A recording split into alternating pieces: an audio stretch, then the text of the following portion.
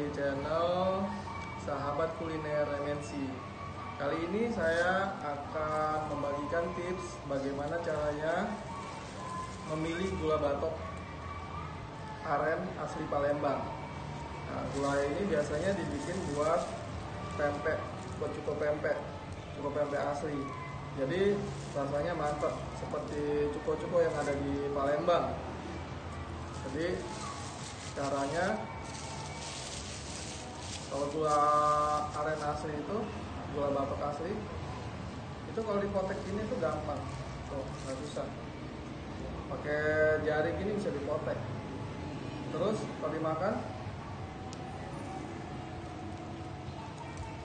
enak, gurih.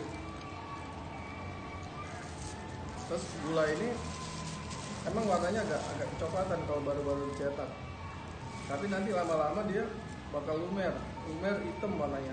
Nah ini pun kalau masih coklat gini nggak masalah juga kalau bikin cuko, dia bakalan hitam sendiri. Nah ini contoh cukonya, ini dari hasil dari gula batok ini, warnanya hitam kan, hitam kental. Nih, kental. Ini sama persis kayak yang di Palembang itu kan banyak tuh yang jualan tempe. Itu sama. Jadi kalau mau bikin cuko nanti gagal, ya beli gula batoknya seperti ini. Nah nanti saya kasih linknya, ada di deskripsi. Ada di deskripsi linknya, bisa beli di Tokopedia atau Shopee. Kalau buat orang Palembang sih nggak perlu, di pasar banyak. Ini buat orang-orang yang di Pulau Jawa itu susah kan nyarinya yang asli. Nah ini nih, ini gula batok ini asli. Karena di pasaran itu banyak susah nyari yang asli, itu banyak campuran kalau di daerah Jakarta, Pulau Jawa ini. Nah, buat teman-teman ada nggak yang minat nih mau bikin cuko yang enak kayak begini nih? Ada nggak yang mau?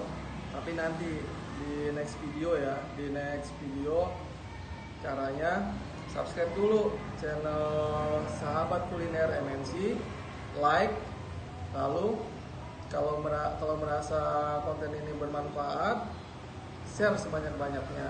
Oke? Udah dulu ya, dadah.